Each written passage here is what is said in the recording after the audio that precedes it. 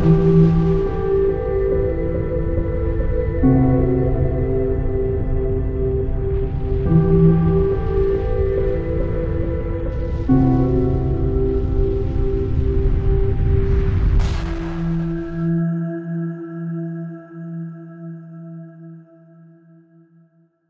les amis, nous sommes le mardi 1er septembre 2020, ça y est, on est en septembre, et donc, comme je vous l'avais promis, ce mois de septembre, il y aura beaucoup de nouvelles. Je ne sais pas jusqu'à quand ils vont continuer leurs mensonges et à propager le virus de la peur avec les médias de la peur, qui sont subventionnés par l'État, parce que sinon il n'y aurait plus de médias, tellement ils sont médiocres. Et hier, quand j'ai enregistré mon émission, où je vous ai parlé de Berlin, et de la fantastique intervention de Robert Kennedy Jr., il y a un média qu'on aime beaucoup sur Face à Face, et vous ici, vous l'aimez beaucoup, c'est François, et Xavier Azalbert, que j'avais déjà interviewé sur ma chaîne, qui lui a interviewé Robert Kennedy Jr. Alors je ne vais pas spoiler, j'aimerais bien que... J'ai regardé sur son site, sur sa chaîne YouTube de François, il n'y a pas beaucoup de vues, je vous mets juste un extrait, pour vous donner envie d'aller voir. Ça dure pas très longtemps, ça dure 17 minutes de mémoire. Mais voilà, quoi, ça donne un coup de pouce à François et puis diffuser cette interview car elle est fantastique. This is a crisis, and every crisis becomes an opportunity of convenience for authoritarian elements.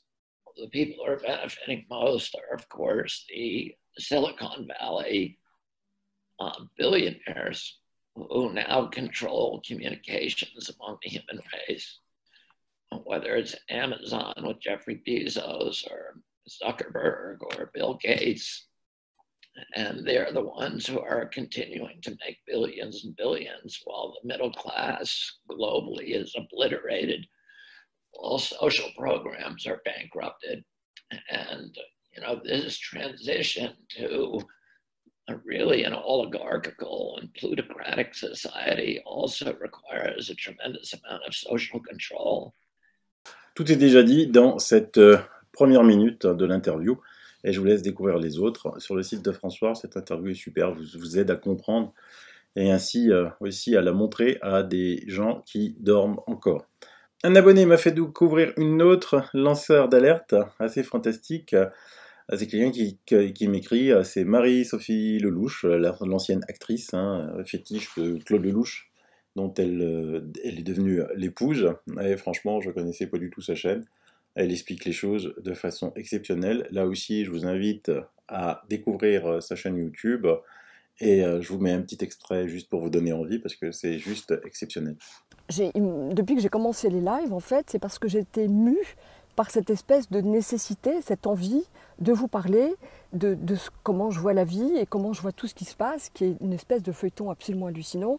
Il y a un tournant historique dans l'humanité. Et donc je me suis mise à vous parler de ça, c'était pas tout à fait dans mes attributions, et c'était pas tout à fait forcément ma place, mais j'ai renoncé à ce que pouvait me dicter la raison pour me lancer avec mon cœur et puis parler avec vous de comme je voyais la vie. Alors, je vous avais dit que j'avais perdu des amis et que ma famille, c'est un petit peu ceux qui me suivent en live, ceux qui me font confiance, ceux qui aiment que je les accompagne et ceux avec qui je peux parler. Alors, j'imagine que vous partagez un petit peu mes théories, parce que ce sont des théories complotistes, je l'assume parfaitement. J'assume parfaitement. Voilà, je suis Marie-Sophie L, j'engage mon travail, ma réputation, j'allais dire mon gagne-pain, même si je ne mange pas de pain, seulement des crackers, ou des petits pains mais crus. Et je me lance parce que voilà. Alors l'histoire, je vous avais dit que j'avais perdu des amis qui trouvaient que j'agitais des théories un peu complotistes. Je disais, mais tu crois tout ce qu'on dit sur Internet? Oui, effectivement, il y a ce qu'on dit sur Internet et qui est la plupart du temps censuré. Ce qui veut bien dire quand même que si on censure les choses, c'est qu'elles ont un intérêt ou qu'elles dérangent. Et elles dérangent des gens qui ont la puissance de pouvoir censurer. Donc ces gens qui ont la puissance de pouvoir censurer, il se trouve qu'ils avancent de moins en moins masqués. Ce n'est pas un jeu de mots, puisqu'on sait maintenant qui conspire à la mondialisation, c'est pas une question de faire partie des bons ou des méchants, c'est d'avoir des croyances différentes et des envies de vivre sur une planète sans s'embêter. Ça m'émeut, tout ça, j'ai envie de pleurer. Alors je ne sais pas pourquoi, j'ai pas envie. Voilà, on a envie de pas s'embêter les uns les autres, de partager les ressources, d'être généreux et solidaires, et pas profiter des uns des autres pour faire de l'argent sur la mauvaise santé des uns, sur la détresse des autres, sur la famine, etc. Et personne, enfin, entre nous, pas envie de s'approprier des richesses et d'abuser. Il y a de plus en plus de gens qui maintenant reviennent vers moi et me disent finalement, en fait, tu avais raison, qui se mettent de plus en plus à ne plus écouter la télévision mainstream, parce que si c'est pour nous bassiner à chaque fois la deuxième vague, le port des masques dans les écoles, des brigades, l'éducation nationale a reçu une directive comme quoi il est possible que des brigades viennent vacciner les enfants, enfin ça paraît tellement énorme, et que je comprends que certains ne soient pas, aient du mal à y croire. Mais c'est normal d'avoir du mal à y croire, parce que c'est juste terrifiant et c'est au-delà de notre zone de confort et d'imagination. Simplement, je crois qu'il va falloir revisiter notre façon de voir le monde et il faut réinitialiser nos croyances à l'aune de l'épouvante de ce qui se trame. Voilà. Parce qu'on est sous le coup d'une espèce de mafia mondialiste, ça prend une ampleur terrifiante. Donc la bonne nouvelle, c'est que de plus de gens se réveillent. Je pense que vous avez autour de vous, sans être des complotistes et sans se fâcher avec tout le monde pour dire « mais si, réveillez-vous », etc. On y va doucement. Mais ce que je voudrais dire, c'est que je comprends parfaitement les gens qui ont du mal à se réveiller, qui ont du mal à croire. Ça fait partie des meilleurs d'entre nous, des plus naïfs peut-être, et de ceux qui ont un cœur pur, parce qu'ils ne peuvent pas imaginer qu'on puisse manger des enfants, qu'on puisse faire des trafics, qu'on puisse se nourrir de leur sang, etc., qui ne peuvent pas croire à ces choses-là. Et je comprends parfaitement qu'ils ne puissent pas les croire. Donc, de toute façon, ce qui va se passer, c'est que tout le monde va être au courant maintenant, puisque ça pète de tous les côtés. Donc, les langues se délient, les procès se font. Aux États-Unis, il y a déjà beaucoup plus que l'on ne le sait. Je vous invite à regarder les chaînes américaines et à voir l'information chez les Américains. C'est en anglais, parfois c'est sous-titré. On a beaucoup plus d'informations que le peu qu'ils nous distillent et qui est surtout de la désinformation. Ça, maintenant, de plus en plus de gens commencent à le savoir. Voilà, moi je la trouve exceptionnelle dans sa façon de raconter les choses. Calme, zen, avec le sourire. Il faut rester calme, zen, avec le sourire positif tous les jours, tous les jours. De plus en plus de monde se rendent compte. Plus eux vont loin dans leurs bêtises, plus les gens se réveillent. Et c'est bien. Donc après vous avoir fait découvrir Vincent, 17 ans hier, voilà, j'ai découvert qu'il avait une chaîne, je vous la mets parce que beaucoup m'ont demandé mais qui est ce jeune Vincent? C'est Vincent Lézac, et il a une chaîne YouTube, encore un lanceur d'alerte, vous voyez tous les jours il y a des nouveaux lanceurs d'alerte, tous les jours des gens s'éveillent, soyez positifs, il y a plein de belles choses qui arrivent, je vous promets, hein, je fais pas que ça le soir, faire des émissions en vous racontant, en vous présentant des autres lanceurs d'alerte, même si c'est important parce que en diffusant des lanceurs d'alerte, certains on va avoir plus d'infinité avec un tel, avec un autre. Ce qu'elle explique, Marie, elle est superbe, quoi. Hein. C'est vraiment, oui, le champ informationnel des personnes, ce que je vous raconte aussi, c'est important. Quand il est perturbé, ce champ informationnel, les gens ne veulent plus entendre. Et ça, c'est aussi leur but à eux, hein, de perturber ce champ informationnel. Regardez, mon ami Bio écrit Quotidien français cherche ligne éditoriale cohérente, article publié à 20 minutes d'intervalle.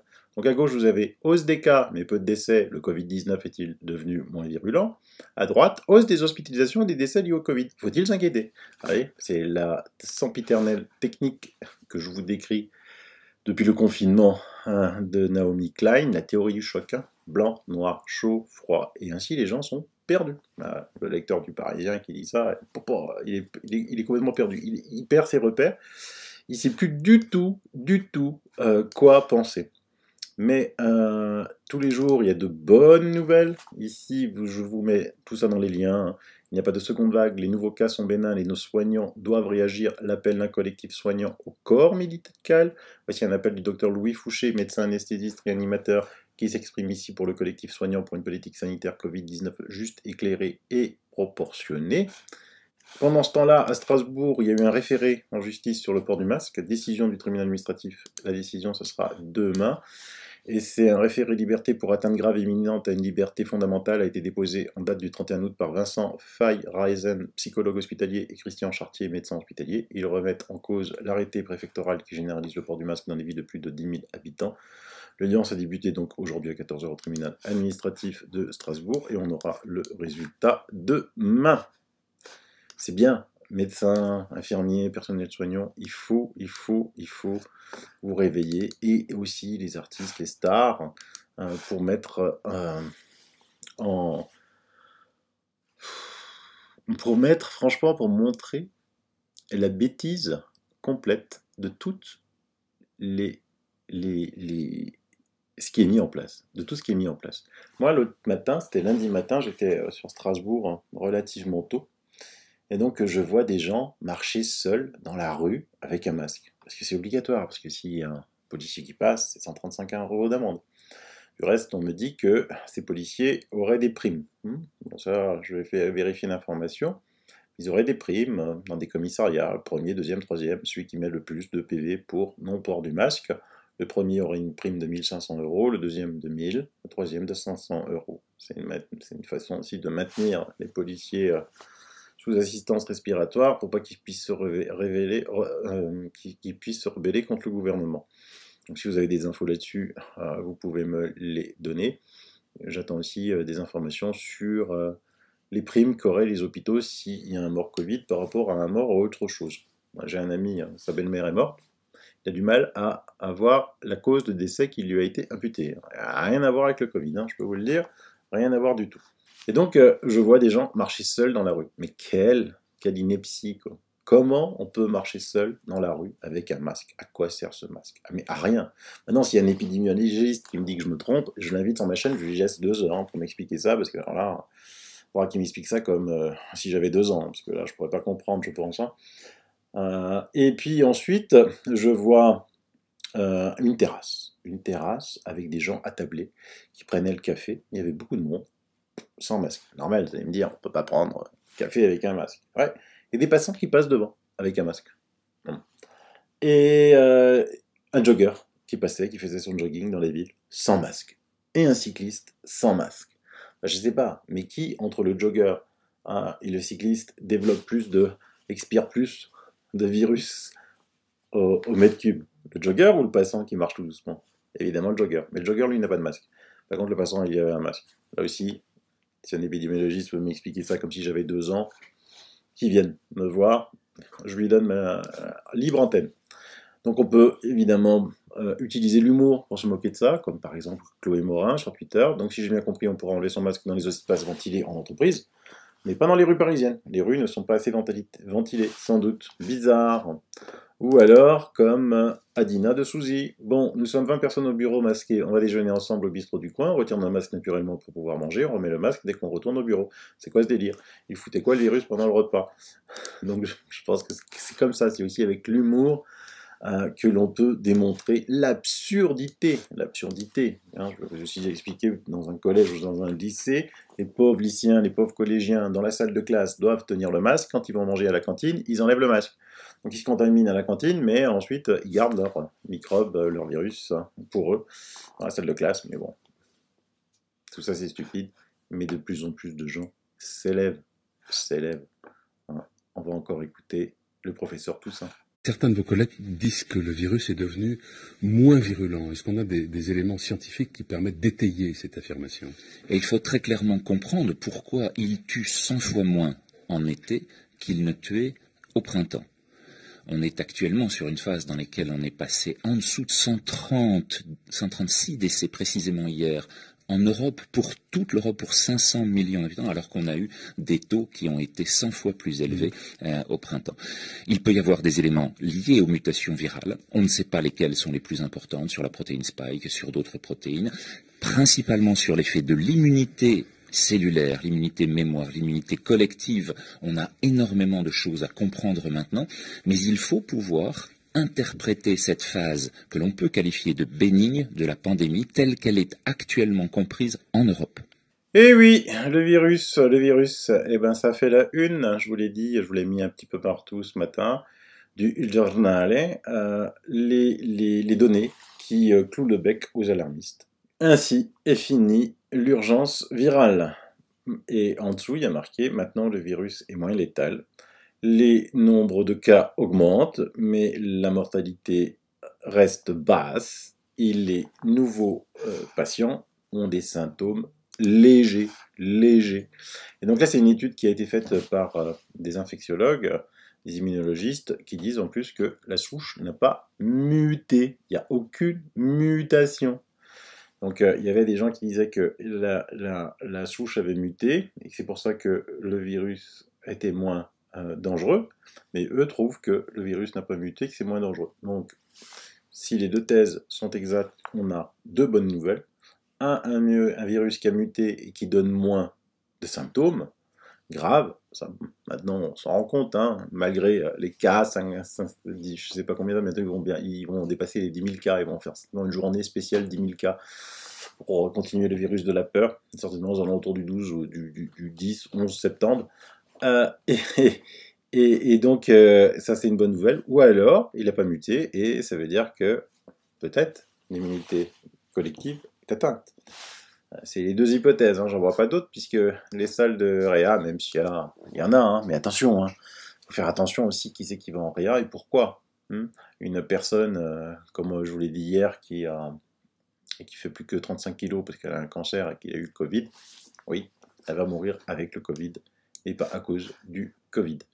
Donc merci au professeur Toussaint d'être aussi clair, précis, une grande personnalité, ce professeur Toussaint. Et donc il compte les cas, oui d'accord, mais et alors? On est sûr des cas? Parce que franchement, tous les jours, j'ai des gens qui vont se tester. Hier, je vous l'ai dit, positif, négatif, positif, ils comptent 2 fois. Oui. À Marseille, à ce qui paraît, il y a un cluster.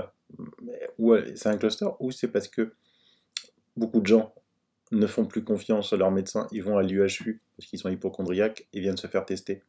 Comme vous avez dit aussi cet été, il y avait une explosion de cas sur Paris, mais en fait, c'était tous les gens qui étaient, les touristes qui étaient sur le bord de la Méditerranée, qui étaient sur la côte atlantique, se faisant tester, mais habitant Paris, ils comptaient dans Paris. On ne sait pas comment ils comptent, on ne sait pas. Et donc écoutons quand même un court extrait de ce que dit professeur Raoult. Il faut faire attention, d'ailleurs, en même temps, on a beaucoup de PCR contrôlés qui sont positifs en dehors. Il faut faire attention, tout le monde a les mêmes critères, et nous, on a entre 30 et 40% de PCR positifs qui viennent se faire contrôler, qui sont négatifs en réalité. Et donc, il faut faire attention. Nous, on le signale à nos autorités, qu'ils ne soient pas comptés comme des nouveaux cas. Ces nouveaux cas comme ça, c'est pas la peine de faire des faux positifs. Il serait intéressant qu'il y ait une harmonisation là, des résultats, parce qu'il y a des résultats qu'on voit rendre qui sont juste impossibles. On sait qu'à cette dilution-là, il n'y a plus de séquences virales. Donc, c'est des erreurs. Hein. Il faut mettre ça en place. Bon sens, c'est un problème d'erreur qui est à régler. 30 à 40%. Donc 30 à 40% de gens qui étaient positifs, donc comptés dans les statistiques quotidiennes, en fait, ne le sont pas. D'accord? Et pour les 60 à 70% qui restent, elles sont comptées 2 fois. Vous avez compris? L'explosion de cas en France, de toute façon, comment vous voulez accepter le fait qu'il y ait quasi plus de cas en France, quasiment tous les jours, que l'Afrique, si on enlève l'Afrique du Sud, qui est un cas à part. Je sais pas. Et le problème est partout. Je vous laisse encore un article. US, les experts disent que le taux de positivité des coronavirus aux États-Unis est élevé parce que les tests sont trop sensibles. Le taux de mortalité par coronavirus peut être faible par rapport au taux d'infection élevé, car les tests standards diagnostiquent un grand nombre de personnes qui peuvent être porteuses en de quantités relativement insignifiantes du virus, selon les experts. Les experts de la santé disent que le test PCR, le test de diagnostic le plus utilisé, devrait être ajusté pour exclure les personnes qui ont des traces nues de virus dans leur système, car elles ne sont probablement pas contagieuses. Aujourd'hui, le test PCR qui fournit une réponse par oui ou par non, si un patient est affecté, ne dit pas combien de virus un patient a dans son corps. On reparle, là, j'insiste, de charge virale, dont je vous parle depuis mi-juin. Du reste, pour vous rassurer, parce qu'on vous a toujours raconté qu'il fallait observer l'hémisphère sud qui est en plein hiver, donc là ils terminent 2 mois et demi d'hiver, donc ils ont traversé l'automne et 2 mois et demi d'hiver, ils vont arriver, nous on va arriver à l'automne, eux vont arriver au printemps. Eh bien, observons ce qui se passe dans l'ensemble de l'Océanie. L'ensemble de l'Océanie nous donne pour le mois d'août 9937 nouveaux cas, c'est-à-dire quasiment 2 jours de cas français pour l'ensemble d'un continent qui est en hiver. Ils disent qu'il y a eu 459 morts, et les cas critiques, le 1er août, il y en avait 50. Et le 31 août, il y en avait 41. Et si on va étudier le cas particulier de la Nouvelle-Zélande, qui a un climat très proche du nôtre, et bien voilà, il y a eu 178 nouveaux cas pour l'ensemble du mois d'août, c'est-à-dire à peu près 1 heure de cas français, 0 mort. Et les cas critiques, il y en a 11. Bien. Je pense qu'on peut en déduire là que la deuxième vague, il n'y a rien. En plus, ce qui est stupéfiant, c'est que je surveille aussi la grippe en Océanie et en Nouvelle-Zélande. Je trouve rien. Déjà, ce Covid avait éradiqué la grippe en France, hein, puisque cette année, la grippe n'a fait que 72 morts, alors que d'habitude, on fait 10, 15 000, voire 30 000, pour les années qui sont un peu dures. Cette année, 72. Voilà, le bon sens. Qu'est-ce qu'il vous dit, le bon sens là? Il vous dit quelque chose? Moi, mais moi, il me dit qu'on est face à une grosse manipulation, non? Qu'est-ce que vous en pensez? Et donc, on réprime en France, hein, comme vous l'avez vu dans les images d'hier, parce que, quand même, je vous ai montré les photos des policiers armés qui vont visiter des bars. On va voir ce qu'en pense François Sureau, avocat au Conseil d'État, qui dénonce la disparition de l'état de droit dans l'indifférence générale. C'était une émission qui date du 10 octobre 2019. Est-ce que les choses ont changé depuis? C'est la liberté qui nous rend vivants, nous, en tant que Français, en tant que nation, en tant qu'Européens, en tant qu'Occidentaux. C'est la liberté qui nous rend vivants.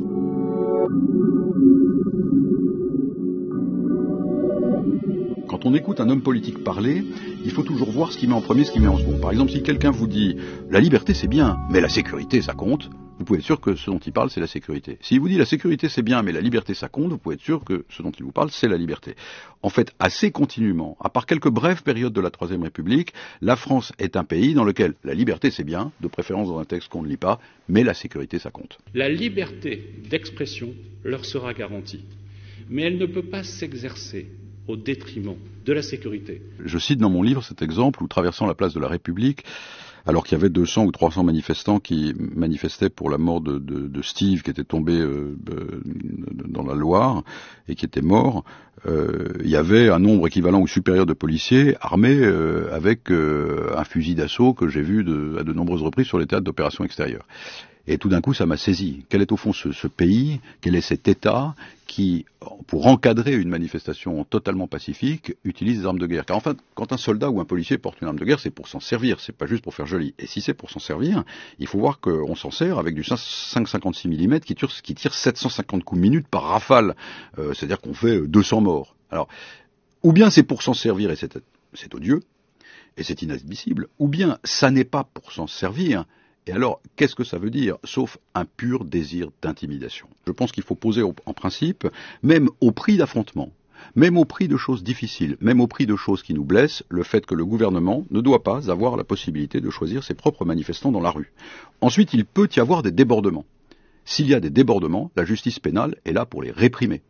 Et toute autre solution aboutit exactement au contraire de ce que nous avons voulu écrire dans la Déclaration des droits, c'est-à-dire que la liberté est un principe et la restriction à la liberté une exception. Si vous sortez de ce domaine, consistant à dire qu'avant l'acte violent il n'y a rien, mais qu'après l'acte violent vous pouvez les retrouver et les punir, si vous sortez de ce domaine-là, vous rentrez dans un domaine où on assure la pacification apparente de la société par un contrôle administratif presque total. Ça s'appelle le totalitarisme. Et c'est bien ça le problème. Nous, on lutte pour qu'il n'y ait pas de totalitarisme. Et un exemple est donné, parce qu'en fait, j'ai un abonné qui m'a envoyé une vidéo extraordinaire. C'est des passants espagnols qui empêchent une dame d'être emmenée par la police, tout simplement parce qu'elle ne portait pas de masque. Et il m'a mis une petite phrase qui m'a touché. Il dit, ces passants-là, ils ne savaient pas que c'était impossible. Alors ils l'ont fait. Ils ne savaient pas que c'était impossible. Alors ils l'ont fait.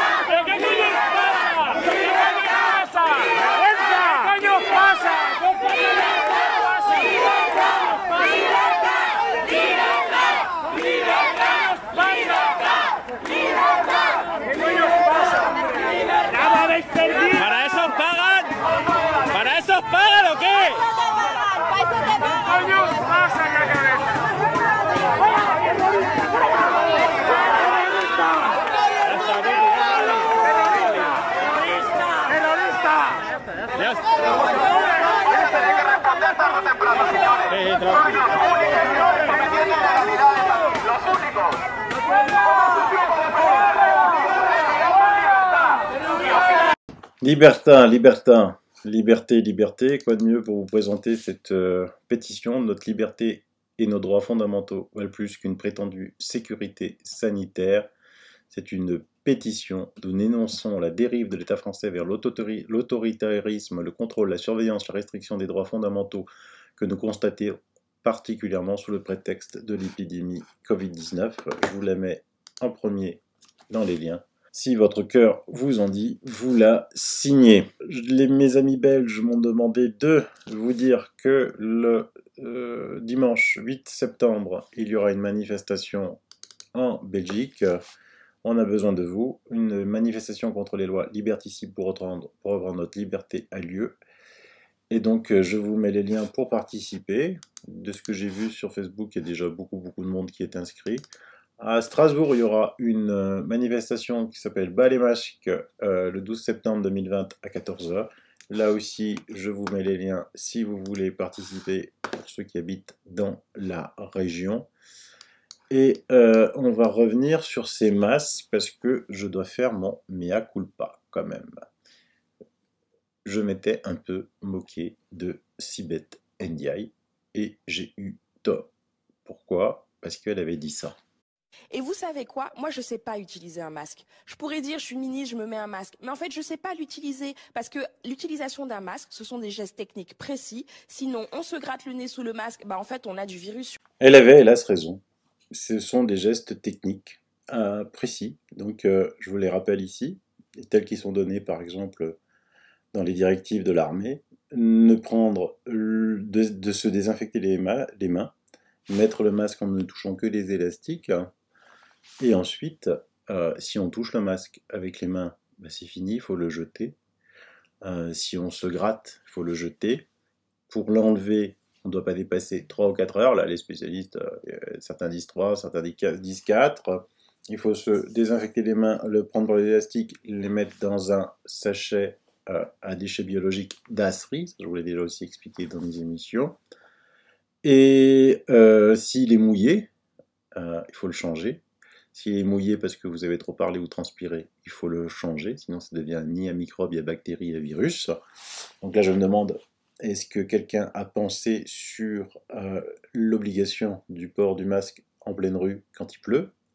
Est-ce qu'on est obligé d'avoir un parapluie? Est-ce qu'ils vont faire un décret obligeant le port du parapluie? Et alors quand il y a des orages et du vent, bah, je ne sais pas. Et donc elle avait raison.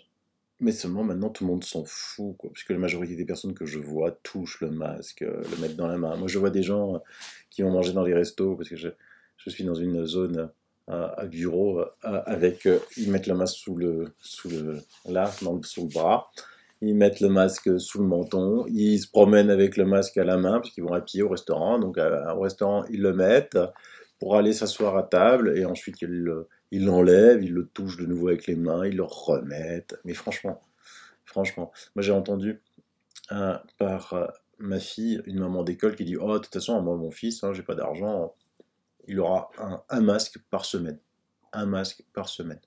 Voilà où on en est en France en 2020. On impose le port du masque aux enfants sans leur expliquer comment l'utiliser et sans leur dire qu'il en faut plusieurs par jour, parce qu'un enfant qui va toucher son masque une seule fois dans la journée, franchement j'y crois pas beaucoup. Mais là aussi, on va aller devant les tribunaux, devant le Conseil d'État, contre le port du masque. Ne vous inquiétez pas, vous allez avoir des nouvelles. Et comme on a un ministre de la Santé, je vais vous prouver que lui-même ne sait pas porter un masque et qu'il se fiche éperdument des gestes qu'il faut pour porter un masque. Donc, Sibeth 1, Olivier Véran 0.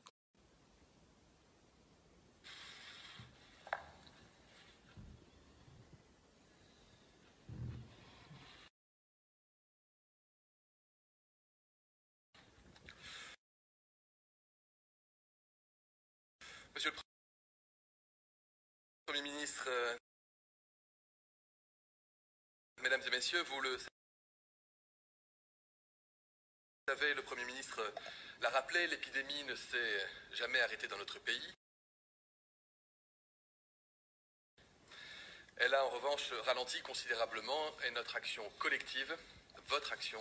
Voilà, on va terminer l'émission avec un sujet encore dont on ne peut pas parler, c'est les vaccins. Néanmoins, je lis cette news, Soudan, détection de cas de poliomyélite liés à une souche vaccinale. Des cas de poliomyélite viennent d'être détectés au Soudan, mais aussi en Éthiopie ou encore au Tchad, et les autorités sanitaires ont entrepris une riposte dans la région. Il s'agit de nouveaux cas de polio liés non pas au virus sauvage, mais à une souche vaccinale. L'OMS avait annoncé mercredi 25 août l'éradication d'Afrique du poliovirus sauvage qui provoque des paralysies irréversibles chez l'enfant, mais il n'est pas le seul vecteur de la maladie. Après des examens génétiques, il s'avère que les nouveaux cas de polio ne sont pas dus au virus sauvage qui est présent naturellement dans l'environnement, toujours considéré comme éradiqué, mais à une souche vaccinale. Près de 200 cas de poliomyélite ont été ainsi détectés depuis le début de l'année au Soudan et dans les pays proches comme le Tchad, la République démocratique du Congo, l'Angola ou encore l'Éthiopie.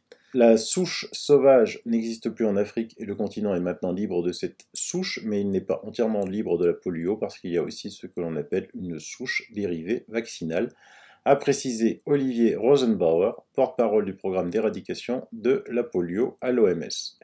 Dans de rares cas, en effet, le vaccin constitué d'un virus rendu inoffensif peut muter et redevenir virulent.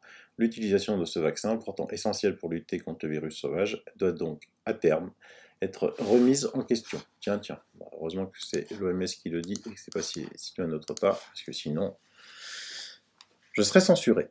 Voilà, alors je vous dis à demain s'il y a des news. S'il n'y a pas de news, c'est pas grave, mais vous allez voir que, je vous promets, l'information sera très riche d'ici le 15 septembre. Courage, gardez le sourire, continuez à éveiller les gens, restons positifs.